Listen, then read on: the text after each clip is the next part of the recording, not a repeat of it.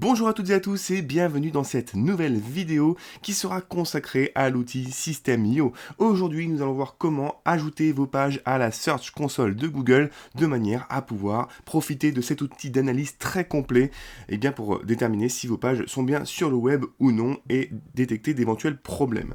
Avant d'entrer dans le vif du sujet, si ce n'est pas déjà fait, je vous invite à vous abonner à la chaîne, à activer la petite cloche pour recevoir mes prochaines notifications de sortie vidéo et surtout n'hésitez pas à commenter, je me ferai un plaisir de vous répondre. Allez, c'est parti!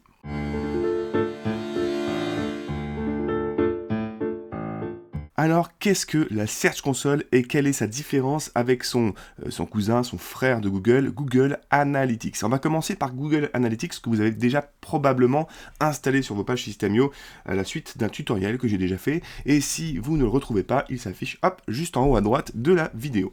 L'outil de Google Analytics, qui est également un outil totalement gratuit d'analyse de votre site et de vos pages, permet, lui, de voir le temps que passent vos visiteurs sur votre site, le taux de rebond de vos visiteurs. Un taux de rebond, en fait, c'est lorsqu'une personne, un internaute, se connecte à votre site. S'il repart quasiment aussitôt, Google considérera ça comme un rebond. Vous pouvez, en moyen mnémotechnique, vous dire qu'il rebondit sur votre site. En gros, il ne s'intéresse pas du tout au contenu, soit parce qu'il est arrivé ici un peu par hasard et il ne savait pas trop où il allait, soit parce que le contenu affiché, finalement, ne l'intéresse pas. Donc, si vous avez un taux de rebond élevé, c'est-à-dire qui s'approche des 70, 80, 90%, il y a un vrai problème sur votre site. Il peut être trop long à charger, votre contenu n'est peut-être pas attractif, enfin voilà, il y a quelque chose à faire. Vous allez aussi pouvoir analyser le temps de chargement des pages, donc ça va peut-être aller avec le taux de rebond, sachant qu'au-delà de 3 secondes, vous perdrez environ 30% des visiteurs qui tenteront de se connecter à votre site, et au-delà de 5 secondes, c'est près de 90% des visiteurs qui ne seront pas patients et qui partiront. Donc c'est ultra important d'avoir un site rapide pour vos internautes. Vous pourrez également voir les canaux d'acquisition, les sources de trafic, des visites. Est-ce que c'est du trafic direct, donc des gens qui saisissent directement votre adresse, votre URL dans la zone d'URL? Est-ce que c'est du trafic organique, donc des gens qui ont fait une recherche sur Google et qui sont tombés sur l'une de vos pages? Donc ça, c'est vraiment celui qu'on préfère. Est-ce que ça vient d'un réseau social en particulier, Facebook, Twitter, Instagram, etc. Vous pourrez vraiment voir toutes ces infos et des données également démographiques, depuis quel pays viennent vos visiteurs, quelle est la tranche d'âge, etc., etc. Quant à elle, la Search Console va avoir un autre intérêt qui est totalement complémentaire. Ils ne sont pas concurrents, ils sont vraiment complémentaires et encore une fois totalement gratuits. Donc la Search Console va plutôt vous permettre d'analyser vraiment votre site internet, les éventuelles erreurs critiques de votre site, comme une erreur 404. Une erreur 404, en gros, c'est une page qui a peut-être existé sur votre site et qui n'existe plus.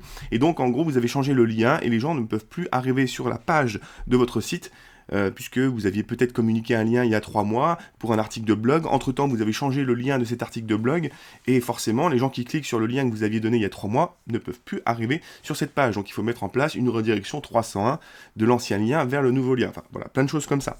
Vous allez pouvoir voir également si vos pages s'affichent bien sur les résultats de recherche de Google, donc sur les SERP. Vous allez également pouvoir voir la performance dans les résultats de recherche et l'indexation par Google. Le taux de clic moyen sur les pages vues, le nombre de pages indexées, leur classement dans les résultats de recherche, les mots-clés qui sont associés à la recherche de vos pages, etc., etc.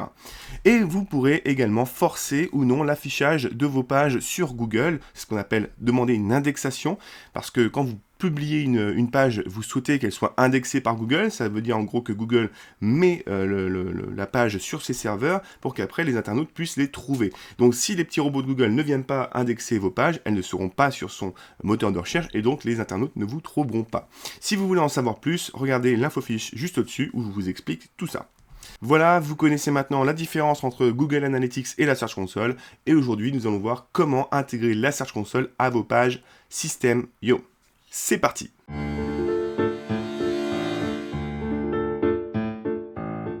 Donc pour cela, on va tout de suite se rendre donc sur la Search Console. Vous trouverez le lien juste en dessous dans la description. Ce n'est pas un lien affilié, Google ne propose pas de programme d'affiliation. Vous cliquez dessus, vous allez devoir créer un compte, c'est très rapide, avec votre compte Gmail. Une fois que vous aurez créé votre compte, il va peut-être vous renvoyer sur je crois que c'est My Google, donc c'est un peu embêtant, mais pour revenir à Search Console, vous revenez sur la vidéo ici, vous recliquez sur le lien dans la description, et là, normalement, vous devriez arriver sur la page donc, de la Search Console. Et là, vous devriez avoir quelque chose qui ressemble à ça. vous allez devoir créer ce que l'on appelle une propriété. Une propriété correspond à un site internet ou à une page de votre site internet. Vous avez deux choix qui s'offrent à vous, en fait, quoi qu'il arrive. Soit vous décidez de renseigner un domaine. Le domaine, c'est par exemple le site alexis-rose.com ou fnac.com, amazon.fr. Tout ça, ce sont des domaines. Mais pour pouvoir saisir un domaine, il faut en être le propriétaire. Donc l'intérêt de mettre un domaine, c'est que derrière, toutes les pages associées à ce domaine seront analysées par la Search Console. Donc c'est vraiment le meilleur truc à faire, quoi. Sauf qu'on n'est pas propriétaire du domaine system.io, même si vous avez un site qui s'appelle alexisrose.system.io, vous ne pourrez rien faire sur ce domaine.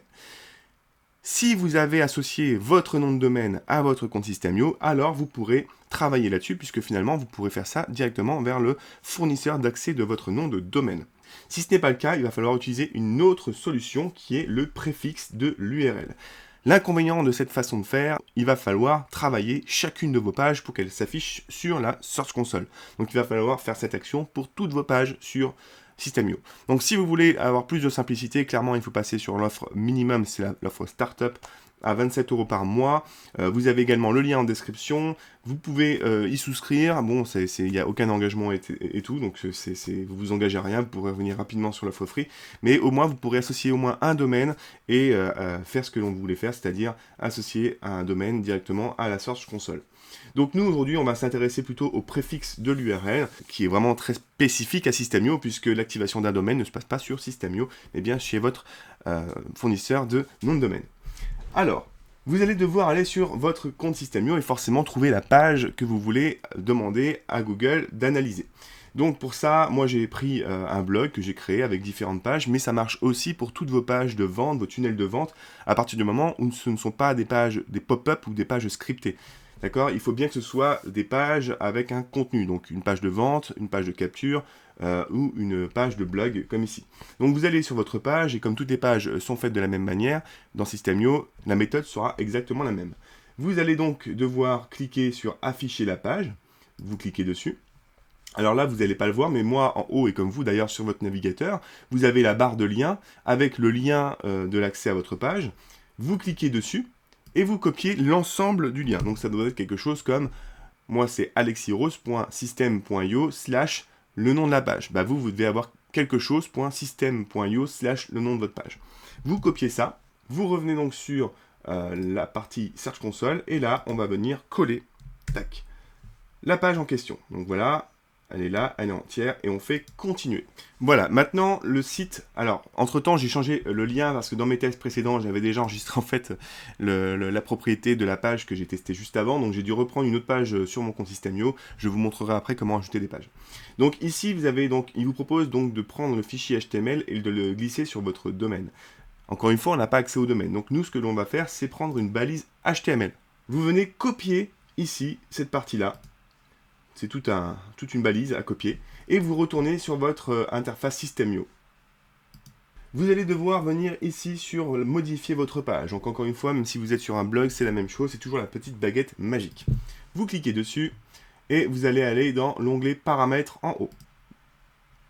Vous descendez et là, vous voyez modifier le code d'entête. Vous cliquez là-dessus et vous venez tout simplement coller ce que vous aviez copié juste avant. Voilà, alors moi j'ai fait un CTRL-V ou un POM-V ou un commande-V selon l'ordinateur que vous utilisez, ou vous faites simplement clic droit, coller. Et on enregistre. Et on enregistre à nouveau en haut à droite sur System.io. Ok ? On retourne sur notre vue d'ensemble dans l'onglet donc de la Search Console. Et là, attention, parce qu'en haut c'est toujours le fichier HTML qui est proposé à valider, mais vous avez ouvert un deuxième champ, donc c'est bien la balise HTML. Et vous cliquez sur Valider. Il vérifie que vous avez bien le code en face qui correspond pour s'assurer que vous êtes le propriétaire de la page. Et là, il me confirme qu'il a trouvé la balise HTML sur le site et donc on a pu ajouter cette page dans les propriétés. Et voilà, c'est terminé. Donc maintenant, il n'y a plus qu'à attendre les premiers trafics sur votre page. Vous n'aurez forcément pas l'historique, puisque vous n'aviez jamais activé la Search Console auparavant. Vous n'aurez pas donc tout ce qui s'est passé avant. Mais tout ce qui va se passer dans le futur, vous aurez donc des traces dans les prochains jours, prochaines semaines, de l'activité de vos internautes et des défauts sur votre page ou votre site.